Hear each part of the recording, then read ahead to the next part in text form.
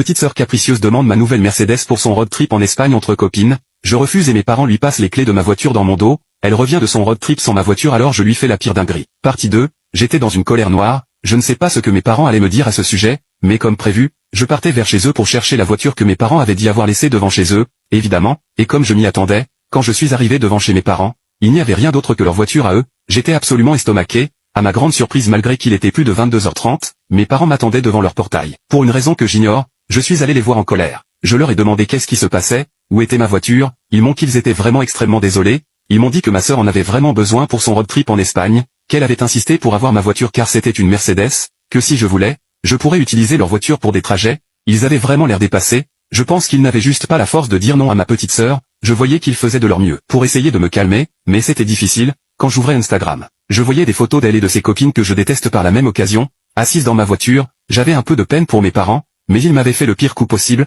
Malgré tout, je leur ai dit d'appeler tout de suite ma sœur, ce qu'ils ont fait, je leur ai demandé de me la passer, mais elle a refusé, alors ils l'ont fait promettre de ramener la voiture comme elle l'a trouvée, on y faisait aussi attention que possible. Je suis rentré dans mon appartement, j'étais dans une colère absolue, mais devant l'effort de mes parents. Je me suis dit que si d'ici 2 semaines, elle me ramenait ma voiture dans un bon état, alors je passerai outre pour sauver ma relation avec mes parents. Je remarquais que ma sœur ne m'avait même pas follow back sur Instagram. Les jours passent, je partais à présent au travail à pied, et j'avais peur tous les jours pour ma voiture, car ma sœur était une irresponsable absolue. J'allais souvent dîner chez mes parents car ils étaient les seuls à avoir des nouvelles de ma sœur et donc de ma voiture, dès lors qu'elle refusait catégoriquement de m'adresser la parole. J'avais envie de lui faire payer, mais mes parents me disaient qu'ils ne pouvaient rien.